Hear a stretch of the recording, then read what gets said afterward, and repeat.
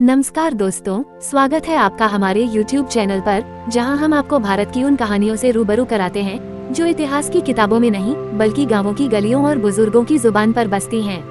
आज हम आपको लिए चलते हैं पश्चिम बंगाल के बर्दवान जिले में, जहां एक अनोखी परंपरा जीवित है, बकरी के एक स्थानीय देवता की पूजा, जिनके नाम पर हर साल हजारों बकरों की बलि दी जाती है।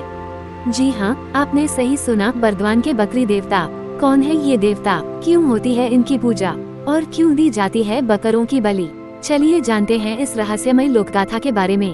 बर्दवान, जिसे अब पूर्व बर्धमान कहा जाता है, बंगाल का एक ऐतिहासिक जिला है। कभी ये राजा महाराजाओं का गढ़ हुआ करता था। यहीं की मिट्टी में बसी है ऐसी लोक परंपराएं जो सदियों पुरानी है। बर्दवान के ग्रामीण इलाकों में एक खास जगह है, कटवा के पास स्थित कालीग्राम गाँव। यहीं पर स्थित है एक छोटा सा मंदिर, जहां किसी देवी या भगवान की मूर्ति नहीं बल्कि एक बकरी की मूर्ति रखी गई है, जिसे स्थानीय लोग बकरी देवता कहते हैं। ये देवता न तो शास्त्रों में वर्णित हैं और न ही किसी बड़े मंदिर में इनकी पूजा होती है, लेकिन लोकमान्यताओं में इनका स्थान बहुत ऊंचा है। स्थानीय लोगों का मानना है कि यह बकरी वास्तव में एक साधु का अवतार थी, जो गाँव की रक्षा करने के लिए जन्मी थी। एक समय गांव में महामारी फैली और उसी दौरान ये सफेद बकरी हर घर के आगे बैठने लगी।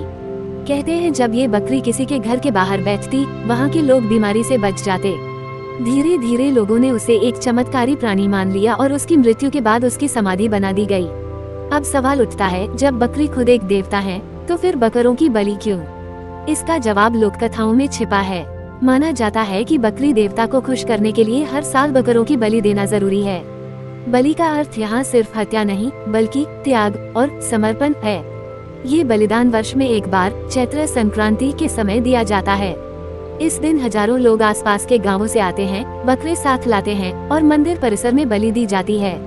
यह आयोजन एक त्योहार जैसा होता है, ढोल नगाड़े, नाच गाना और फिर बलि।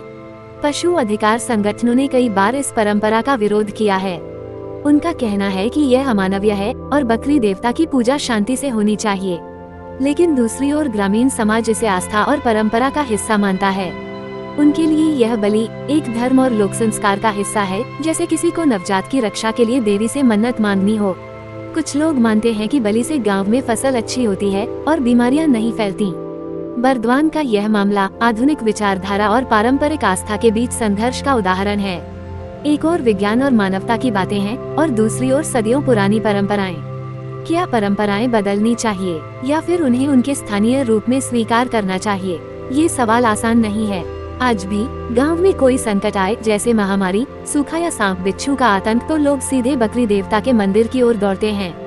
वहां दिया जलाते हैं, बकरी का दूध चढ़ाते हैं और कुछ लोग बलि देने की मन्नत भी मांगते हैं। कहते हैं कई बार मन्नत पूरी होने पर लोग बकरी की जगह नारियल की बलि भी देते हैं। बकरी देवता का मंदिर बहुत साधारण है, ना कोई भव्य गुंबद, ना कोई पुजारी।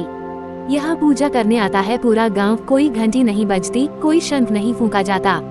यहाँ सिर्फ आस्था बोलती है और बोलती है वो परंपरा जो पीढ़ियों से चली आ रही है।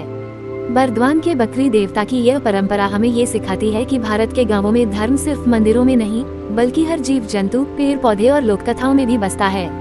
यह एक ऐसी संस्कृति है जहाँ एक बकरी को भी देवता मान लिया जाता है।